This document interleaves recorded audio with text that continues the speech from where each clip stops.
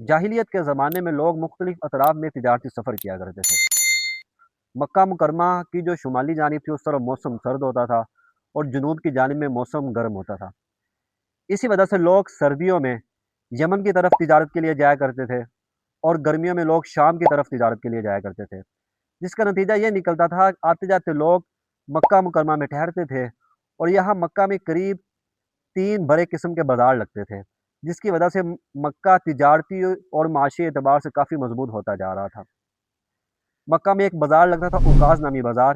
یہ بازار عرفات کے قریب لگتا تھا اور یہ وسط ذی القعدہ میں یہ بازار لگتا تھا، اور اس وقت مکہ مکرمہ کا سب سے بڑا بازار یہ تھا۔ اور دوسرا بازار لگتا تھا ذو المجاز، یکم ذی الحجہ کو لگتا تھا۔ یوم النزویہ 8 ذی الحجہ کو یہ بازار مینا کی طرف منتقل ہو جاتا تھا۔ اور تیسرا بازار لگتا تھا سوق مجنہ۔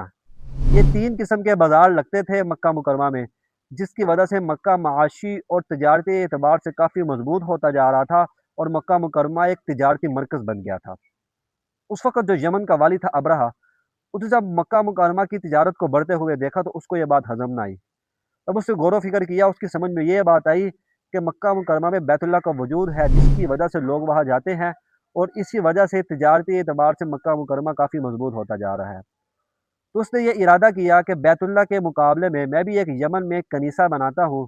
لوگ بیت اللہ کی بجائے پھر یمن میں آیا کریں گے، ادھر آ کر عبادت بھی کیا کریں گے، اور یمن جو ہے یہ تجارتی اعتبار سے مضبوط بھی ہوتا جائے گا۔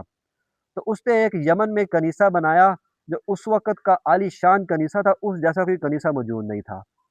تو اس نے اس کنیسہ کو بنانے کے بعد لوگوں کو دعوت دینا شروع کر دی کہ آپ آئیں اور یہاں آ کر عبادت کریں۔